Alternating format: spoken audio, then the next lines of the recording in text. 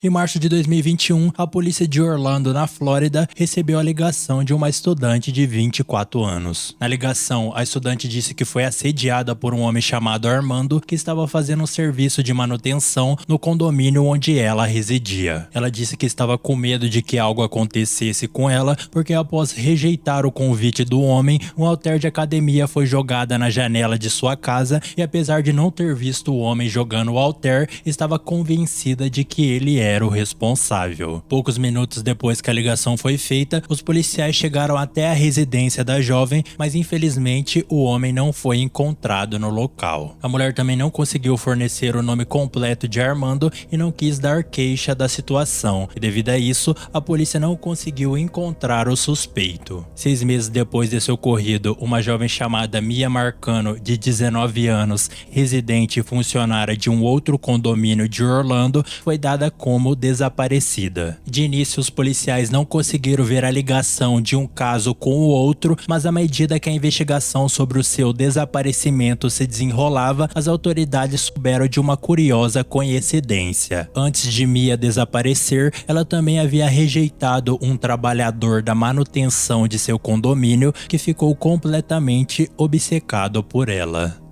Olá pessoas, bem-vindo a mais um vídeo do canal Arquivologia. E no vídeo de hoje vamos falar do caso de Mia Marcano e a longa trajetória de seu desaparecimento. Mas antes disso, quero pedir para vocês não se esquecerem de deixar os seus likes e também para vocês se inscreverem no canal. Aqui no canal temos vídeos semanalmente de casos criminais, então se você gosta desse tipo de conteúdo, você não pode deixar de se tornar um inscrito. Por hoje o recado é esse, então vamos para nosso vídeo.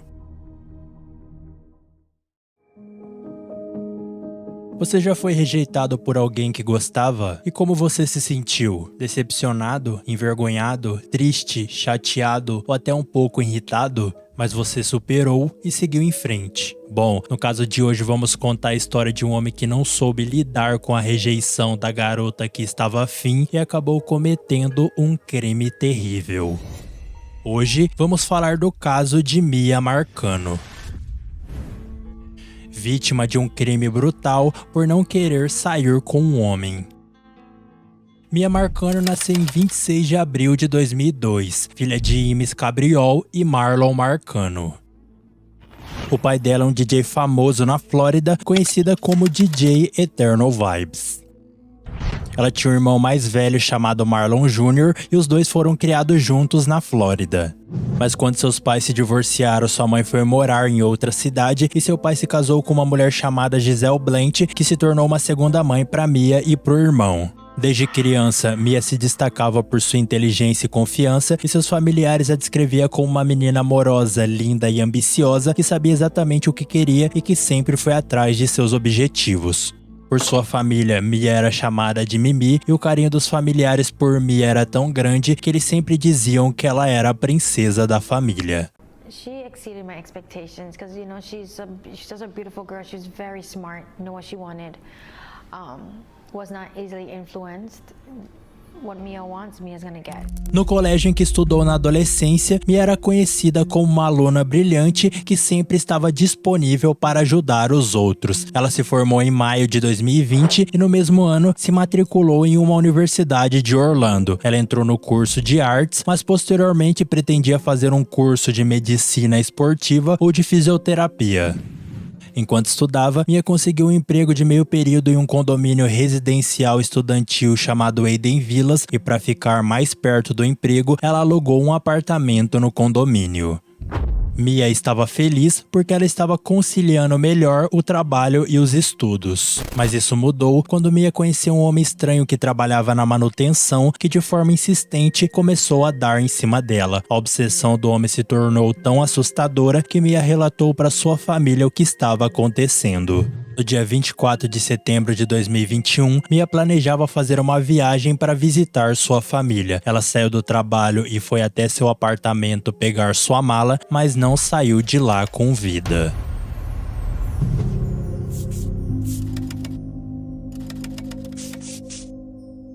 No dia da viagem, a família de Mia começou a estranhar quando ela parou de responder às mensagens e não atendia os telefonemas. De início, eles imaginaram que a jovem estava em seu voo, mas o desespero começou quando o avião pousou e não havia sinal de Mia. Ela não atendia as ligações e foi nesse momento que a família teve a confirmação que algo errado havia acontecido. Por volta das 9h30 daquele dia, a mãe de Mia ligou para uma delegacia e informou o desaparecimento da filha. Em minutos, uma viatura foi enviada até a residência onde a jovem morava e chegando lá, os policiais bateram várias vezes na porta, mas ninguém saiu para atendê-los. Mas uma colega de Mia chegou no local e deixou a polícia entrar no apartamento e assim que entraram, perceberam que algo estranho havia acontecido. Quando tentou entrar no quarto de Mia, o policial percebeu que algo estava bloqueando a porta por dentro. Ele deu a volta e chegou na janela traseira e viu que era uma cômoda colocada bem na frente da porta, como se alguém, talvez Mia, estivesse tentando impedir outra pessoa de entrar. O policial também notou que havia joias espalhadas pelo chão e algumas manchas vermelhas no travesseiro. Naquele dia, a colega de Mia prestou depoimento e mostrou a última conversa com ela por mensagens. No depoimento, a jovem foi questionada se ela sabia de alguém que poderia fazer mal à sua amiga, então ela mencionou o nome de Armando Cabaleiro, o cara da manutenção que vinha constantemente assediando Mia. Nesse ponto da investigação, os familiares de Mia que não estavam recebendo informações dos investigadores que não atendiam suas ligações, resolveram viajar até Orlando para acompanhar o caso de perto. We haven't heard from them. They have not responded to the call from, we call the emergency line on the way to Orlando. They have not even responded to that. Quando chegaram em Orlando, a família de Mia descobriu que mesmo podendo ter evidências do que aconteceu com ela no apartamento, o local não foi declarado como cena de crime. Com o aparente descaso da polícia na investigação, a família começou uma investigação por conta própria. Assim que entraram na casa e começaram a procurar por evidências, eles foram interrompidos por alguém batendo na porta. E quando atenderam, um homem se apresentou e disse seu nome, Armando Cabaleiro. He said, "Are you looking for Mia?" I said, "Who are you?" He said, "I'm the maintenance guy. I heard you're looking for me." A primeira coisa que Armando perguntou para a tia de Mia foi sobre o desaparecimento dela, o que era extremamente estranho. Mas o fato mais esquisito é que ele foi até o apartamento às 4 horas da manhã e não tinha registro que ele tinha realizado trabalhos naquele horário. Devido à estranheza da situação, a polícia foi chamada. Armando disse que soube do desaparecimento de Mia por um amigo chamado Tati, que também era amigo dela. O estranho é que ninguém no local conhecia alguém com esse nome. Me and Tati were conversating about it, so I finally, it came up. Should I go and see if I see anything? No one knows Tati. That's my whole thing. Not even the roommate knows Tati. She's an employee, but you keep saying Tati is a friend and that you've all hung out together. No one here knows Tati. All her other friends showed up. Her closest friends that live in the complex were all here with us early on. No one knows Tati. Only you. A implicância da família com Armando não era à toa. Eles sabiam da obsessão de Armando por Mia, em que inclusive ele tinha enviado mensagens para Mia oferecendo dinheiro para sair com ele.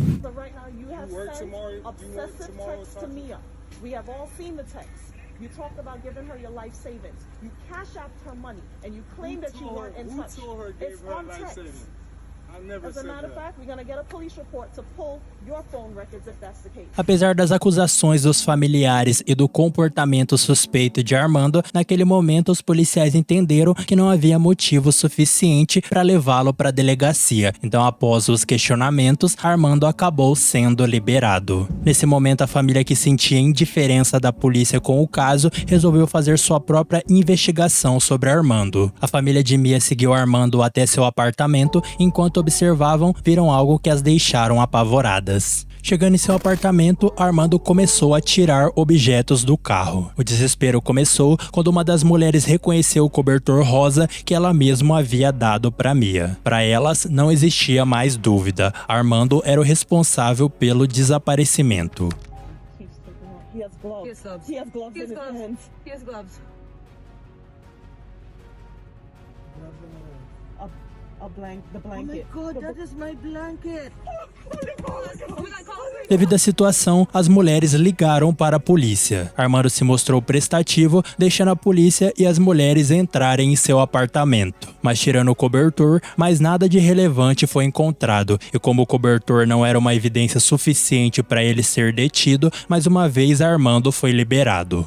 Para as mulheres entrarem no apartamento e não encontrarem nada foi muito frustrante, e para piorar as coisas, depois que a polícia visitou sua casa, Armando desapareceu.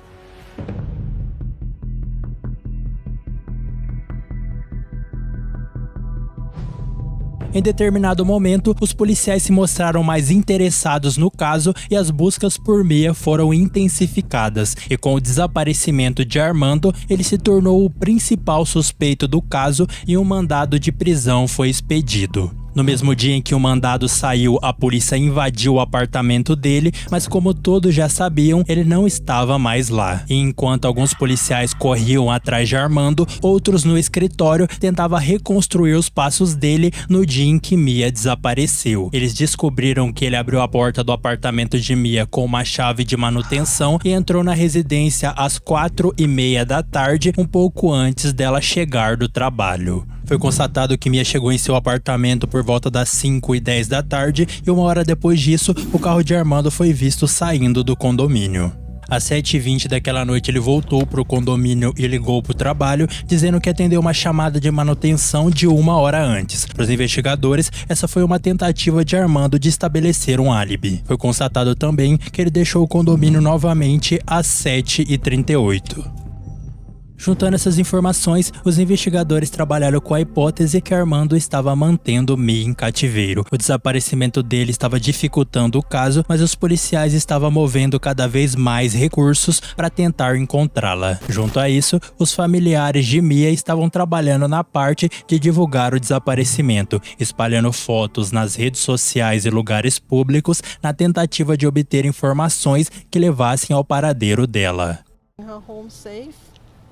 Just drop her off and let us know where she is. We'll pick her up. Just bring her home. Dias se passaram sem nenhuma informação, até que numa madrugada a polícia recebeu uma ligação. No telefone, uma pessoa desesperada diz ter encontrado um homem enforcado na garagem de uma casa. Era Armando Cabaleiro, que já estava lá há alguns dias. A morte de Armando foi devastadora para o caso. Os investigadores acreditavam que ele era o único que podia responder onde Mia estava e se ela ainda estava viva. Para a família de Mia, a notícia sobre Armando também foi devastadora, principalmente por não saberem o que ele tinha feito com ela. Mesmo assim, a família manteve a esperança. Eles acreditavam que Armando havia sequestrado e deixado ela em algum lugar com vida. Nessa época, a tia de Mia deu uma entrevista e mandou uma mensagem dizendo que eles não perderam as esperanças. You know our family is strong. You know our family is big. You know we will never sleep one night until we get you home. We miss you. We know that you're strong. Com o acontecido com Armando, a busca por Mia se intensificou e dezenas de pessoas se juntaram às buscas. Junto com os policiais, os voluntários fizeram buscas em várias áreas por toda a cidade, incluindo áreas rurais, vasculhando matas, rios, lagos e terrenos abandonados. A equipe policial também fez buscas em cidades próximas, utilizando vários recursos como helicópteros, unidades caninas e equipes de mergulho. O delegado também estabeleceu um centro de inteligência das informações, onde eles poderiam armazenar todas as pistas e evidências e também comunicar todos os voluntários e equipes de buscas. No bit of information is too small or too insignificant. If someone, knows of something, saw something, recognizes her face, we will take that information, and you can remain anonymous too. We just want the information to try and find Mia. No decorrer do tempo, o caso de Mia começou a ganhar repercussão nacional e a família de Mia pediu para o FBI ajudar na investigação. O apelo foi tão forte que um deputado também fez o pedido oficialmente. No seu Twitter oficial, o deputado relatou os motivos do porquê era fundamental o FBI entrar no caso de Mia Marcano e anunciou que iria enviar o pedido oficial no dia seguinte para o Departamento do Estado. No dia seguinte, ele retweetou uma atualização sobre o assunto, dizendo que o FBI o informou que oficialmente havia se juntado ao caso de Mia Marcano e iria ajudar e auxiliar em sua busca. Nos dias que se seguiram a isso, as buscas por Mia se intensificaram e os familiares também se mobilizaram, organizando vigílias com os voluntários. Em determinado momento da investigação, a polícia descobriu que no mesmo dia em que Mia desapareceu, Armando visitou um bairro problemático de Orlando. O bairro era conhecido por seus vários tipos de crimes, incluindo narcotráfico, brigas, tiroteios e mortes. Para se ter uma noção, várias pessoas foram embora do bairro deixando tudo para trás, ficando o local cheio de casas abandonadas. E a pergunta que não queria calar era o que Armando foi fazer nesse local. Investigando mais a fundo, a polícia descobriu que Armando já havia morado no bairro e que conhecia bem a região. Cell phone records showed us that Caballero was in or near the Timberscan apartments on Friday evening between 8 and 9 o'clock. That's the evening that she was reported missing. Com as informações de Armando no bairro, no dia 2 de outubro de 2021, a polícia foi até o local e numa área de mata, eles encontraram o corpo de Mia. As mãos e os pés dela estavam amarrados e a boca estava tampada com fita adesiva. A bolsa com os pertences dela também foi encontrada. Os legistas afirmaram que quando ela foi encontrada, ela estava parcialmente vestida, mas eles não conseguiram determinar qual foi a causa da morte devido ao nível de decomposição do corpo dela. They discovered a body we believe to be that of Mia Marcano. About an hour ago, detectives notified Mia's parents of our tragic news. Our hearts are broken. A notícia do falecimento de Mia foi um choque para a família, principalmente porque eles acreditavam que a encontrariam com vida. Depois que receberam a notícia, uma vigília foi realizada e centenas de pessoas vieram prestar condolências à família. I feel defeated. I feel like I failed my cousin, and I don't know how we're gonna get through this. I miss my baby. And I wish she had come home today. Depois da conclusão do caso, parentes de Mia relataram os vários problemas de segurança do condomínio Eden Villas que facilitaram o crime. Com os problemas documentados, eles abriram um processo contra o condomínio. Just to have unfettered access to someone's apartment is irresponsible and is definitely not in the best interest of the tenants. Had he not had the access to Mia's apartment, that this could have been easily prevented. Outra descoberta com o caso é que Mia não foi a única mulher perseguida por Armando. Em março de 2021, Armando assediou uma mulher em outro condomínio. A mulher disse que eles poderiam marcar de sair, mas Armando disse que eles tinham que sair naquela noite. A mulher, assustada, recusou o encontro. Naquela noite, um halter preto foi jogado na janela dessa mulher. Ela disse que não viu o responsável, mas que teve a sensação que foi Armando. Infelizmente, Armando nunca foi preso por assédio, mas ele possuía antecedentes criminais, incluindo uma vez em 2013, quando foi detido com um explosivo caseiro. Armando disse que o explosivo era parte de uma pegadinha e que não sabia da gravidade. Ele foi condenado, mas ficou em liberdade condicional. O condomínio Eden Villas disse que fizeram a verificação dos antecedentes de Armando ao contratá-lo, mas que Armando disse que aqueles antecedentes pertenciam a uma pessoa com o mesmo nome, o que é uma desculpa bem estranha e que coloca em dúvida se o condomínio teve sua parcela de culpa no caso de Mia Marcano. Bom, esse foi o vídeo de hoje. Deixem suas opiniões nos comentários e até o próximo vídeo.